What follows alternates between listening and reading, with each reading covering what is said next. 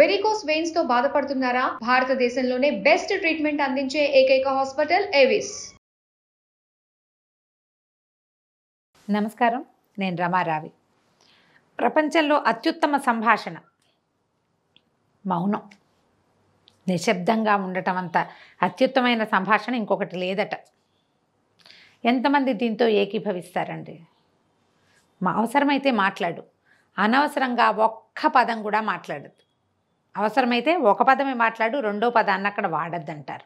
ఇది పెద్దవాళ్ళు చెప్తారండి. మహాత్మా గాంధీ కూడా ఇలాంటి వాక్యాలు కొన్ని చెప్పారు. మనసు యొక్క భాష మౌనమే.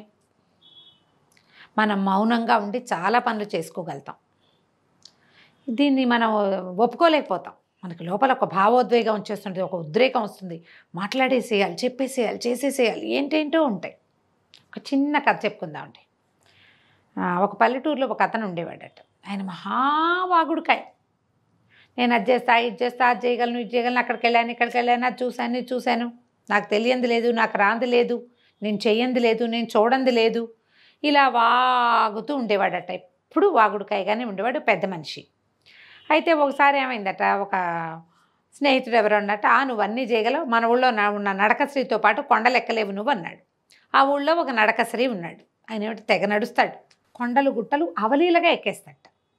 అతనితో పాటు నువ్వేం నడవలేవంటే ఈయన అన్నాడు, ఎందుకు నడవలేను, నేను తిరుపతి కొండ 3 సార్లు ఎక్కి దిగాను, ఎక్కి వెంటనే దిగేశాను కూడాను, నేను అంతవాడిని ఇంతవాడిని, నేను తప్పకుండా నడవగలను, పందెం పెట్టమన్నారు. అయితే ఏం పందెం వేసుకున్నారు? ఒకవేళ నువ్వు ఓడిపోతే ఇక మాటలు మానేయాలి, ఈ ధోరణి మార్చుకోవాలి, నువ్వు గెలిస్తే నీకు ఒక 1000 రూపాయలు ఇస్తామని మిత్ర బృందం అంతా ఈయన గోల పడలేకనమాట డబ్బులు కట్టారట. ఇస్తామన్నారు, 1000 ఇస్తామన్నారు. అక్కడి నుంచి ఈయన్ని ఆ నడకశ్రీని, పెద్ద మనిషిని నడకశ్రీని ఇద్దరిని కొండగుట్ట దగ్గర వదిలిపెట్టారు. ఇద్దరు ఆయన నడకశ్రీ ఒక నవ్వు మొహం పెట్టాడు, ఒకళ్ళనొకళ్ళు పలకరించుకున్నారు, కొండ ఎక్కడం మొదలుపెట్టారు. నడకశ్రీ చులాగ్గా నడుచుకుంటూ వెళ్ళిపోతున్నాడు. మన పెద్ద మనిషికి పక్కన మనిషి కనపడంగానే వాడికి ఏదో ఒకటి చెప్పడం అలవాటు. ఇక మాట్లాడి మాట్లాడి మాట్లాడి ఒక 10-12 నిమిషాలు కొంచెం ఒక 200-300 అడుగులు ఎక్కేసరికి అయిపోయింది ఈయన పని. నాలుగు బయట పెట్టేశాడు, గసొచ్చేస్తోంది, పై ప్రాణాలు పైన పోయేలాగా ఉన్నాయి. అయితే నా వల్ల కాదు, ఇక నేను ఎక్కలేనంటే అతను నడకశ్రీ నవ్వుతూ అప్పటిదాకా అంటున్నాడు, తల ఊపుతున్నాడు అంతే. నవ్వుతూ ఏం చెప్పాడట, మీరు ఎక్కగలరండి, ఎవరూ ఎక్కలేనంత పెద్ద గుట్ట కాదు ఇది, మీరు మాట్లాడుతున్నారు, అందుకే మీరు చేయలేకపోయారు. చూసారా, మాట్లాడితే చాలా చేయలేమండి. మాటలు తగ్గించి ఏం చేయగలమో చూడండి. ఇది అందరికీ కాదండి, కొంతమంది ప్రత్యేక వ్యక్తులు ఉంటారు. ఏదైనా ఒక సంఘటన జరిగిందనుకోండి, దాని మీద నాకు చెప్పి, పక్కింటి వాళ్ళకి చెప్పి, అమ్మకి చెప్పి, నాన్నకి చెప్పి, ఫ్రెండ్స్కి చెప్పి, ఫేస్బుక్లో వాపోయి చెప్పి చెప్పి చెప్పి చెప్పి చెప్తూనే ఉంటారు. చెప్పడం వల్ల, మాట్లాడడం వల్ల ఏది మారదు. జరిగిపోయింది ఒక్క పిసరు మనం మార్చలేం, ఒక్క నిమిషం రాదు. దానికోసం ఇన్ని 100 నిమిషాలు వృధా చేయాలా మనం? అక్కర్లేదు. నా కోసం మీకు చెప్పుకోవాలంటుంటారు, నాకు కూడా చెప్తారు కొంతమంది. కష్టం చెప్పుకోవాలి, ఆ కష్టం చెప్పుకుంటే తీరదమ్మా, వదిలేస్తే తీరుతుంది. మౌనంగా దాన్ని దిగమింగి పొట్టలోకి తోసేయండి. పొట్టలోకి వెళ్ళిన పదార్థాలన్నీ పచనం అయిపోయేవాడి దారిని అవి పోతాయి, బయటికి పోగొట్టేయండి. మాట్లాడడం తగ్గించండి. ఒకటే విషయం, ఏదో ఒక్కసారి ఒక్క సంఘటన జరుగుతుంది, 10 ఏళ్ళైనా దాన్ని మర్చిపోరు. ఎప్పుడు ఆ మాటలకి పదును పెట్టి విసురుతూనే ఉంటారు. ప్రపంచంలో జరిగే ప్రతి యుద్ధానికి కారణం మాటలే. ఇంట్లో ఎవరిళ్లలో ఏ గొడవైనా, ఓ ఆఫీస్లో గొడవైనా, ఒక పబ్లిక్ ప్లేస్లో గొడవైనా, దానికి కారణం మన నోరే, మన మాటలే. ఎంతసేపు లోపల ఒక బడబాగ్నిలాగా రగుల్చుకుంటూ ఉంచుకుని, దాన్ని మంట పెడుతూ ఉంచుకుని, మాటల రూపంలో ఆ బాణాలని మనం విసిరేస్తూ ఉంటాం. ప్రతి వాళ్ళు వాళ్ళల్లో ఒకసారి ఆలోచించుకోండి. మన ఇంట్లో జరిగిన దుస్సంఘటనలు, చికాకులు, ఇబ్బందులు, వీటి వెనకాల మన నోరు ఎంతవరకు ఉంది? మనమే కాదు, మాటలు కూడా. మనము అసందర్భంగా మాట్లాడతాం. ఏదైనా ఒక్క విషయం మనకు తెలిస్తే దానికి మనకు అర్థమైన రీతిలో 4-5 రంగులు వేసి, వాలంటరీగా కావాలని కాదండి, కానీ అలా చేసేస్తాం. ఎవరెవరికి మనం ఎన్నెన్ని చెడ్డ మాటలు అందించాం, ఎవరెవరి గురించి మనకు అక్కర్లా వాళ్ళ గురించి మాట్లాడడం మనకు పనే లేదు, అయినా వాళ్ళ గురించి మాట్లాడతాం.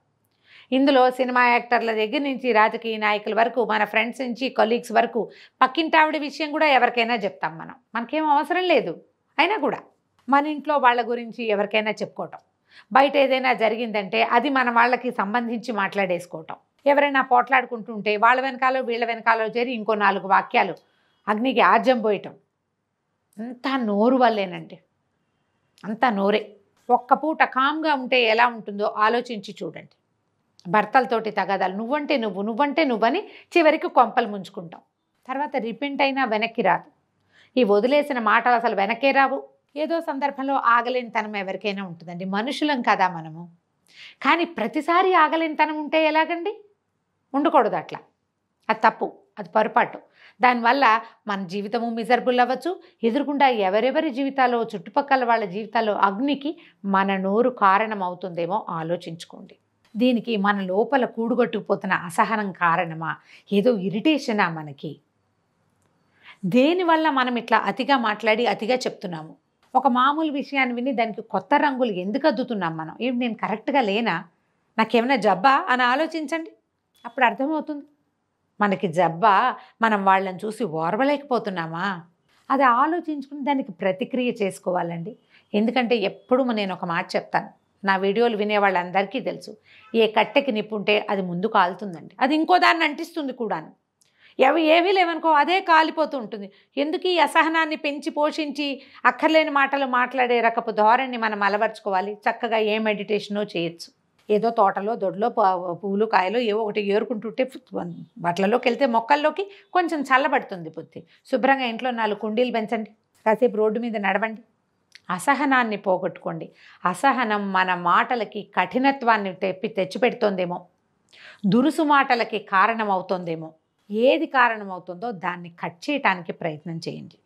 ప్రపంచంలో ప్రతి గొడవకి కారణం ఎవరో ఒకళ్ళ తలకు మాటలే, దురుసు మాటలు, అక్కర్లేని మాటలు, కఠినమైన మాటలు, తప్పుడు మాటలు, ఊహించేసి మాట్లాడేసేయటం. ఓ పిల్లాడు ఎక్కడైనా కనపడితే ఏదో ఊహించి ఎవరికో చెప్పటం.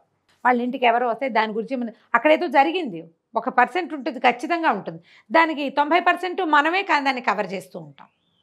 ఇలాంటి ఏ ఐడియాలజీ ఉన్న వాళ్ళైనా అమ్మ సర్దుకోండి, సరిదిద్దుకోండి.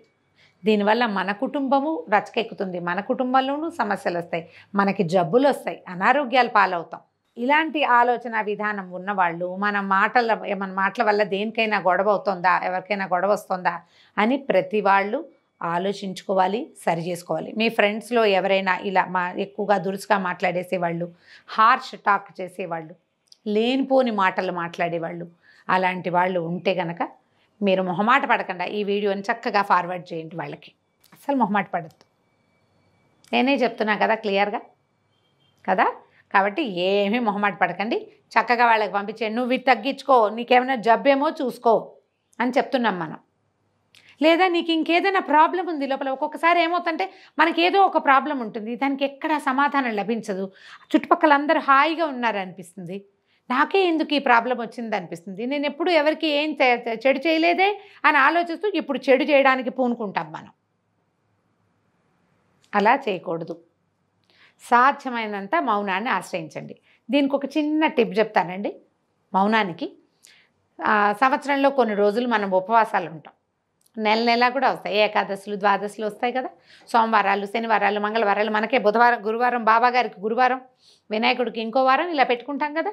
ఆ వారంలో కనీసం ఫ్యూ అవర్స్, కొన్ని గంటలైనా మౌన వ్రతం తీసుకోండి. మీరు ట్రై చేసి చూడండి. ఇది ప్రతి వాళ్ళు అప్లై చేయొచ్చండి. వారంలో ఒకరోజు మౌనంగా ఉంటే మరీ మంచిది. కాకపోతే మనం బయటకు వెళ్ళాలి, అవుటింగ్ ఉంది, సోషలైజ్డ్గా జనాల్లోకి వెళ్ళాలి, అప్పుడు మౌన వ్రతం పెట్టుకోపోకండి.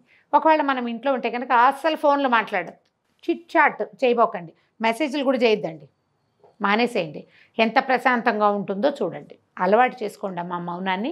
ఒకవేళ మీరు మాట్లాడకుండా ఉండలేకపోతే రైట్ ఇట్ అప్, రాసిపారేయండి. దాన్ని రాసాక విసుగొస్తుంది, అప్పుడు మానేస్తాం. మనం మాట్లాడితే అవతల వాళ్ళ బుర్రల్లోకి వెళ్ళిపోతాయండి, మనం కూడా వదిలేస్తాం. రాసేమనుకోండి, అది మనం కంటితో చూస్తాం కదా, మనం ఎంత పిచ్చి రాతలు రాస్తున్నామో మనకు అర్థమవుతుంది. ఓసారి ట్రై చేసి చూడండి, ప్రయత్నించి చూడాలి దీనికోసం. ఈ వీడియో కనుక మీకు నచ్చినట్లయితే లైక్ చేయండి, షేర్ చేయండి. మరిన్ని ఇంట్రెస్టింగ్ వీడియోల కోసం సుమన్ టీవీకి సబ్స్క్రైబ్ చేసుకోండి.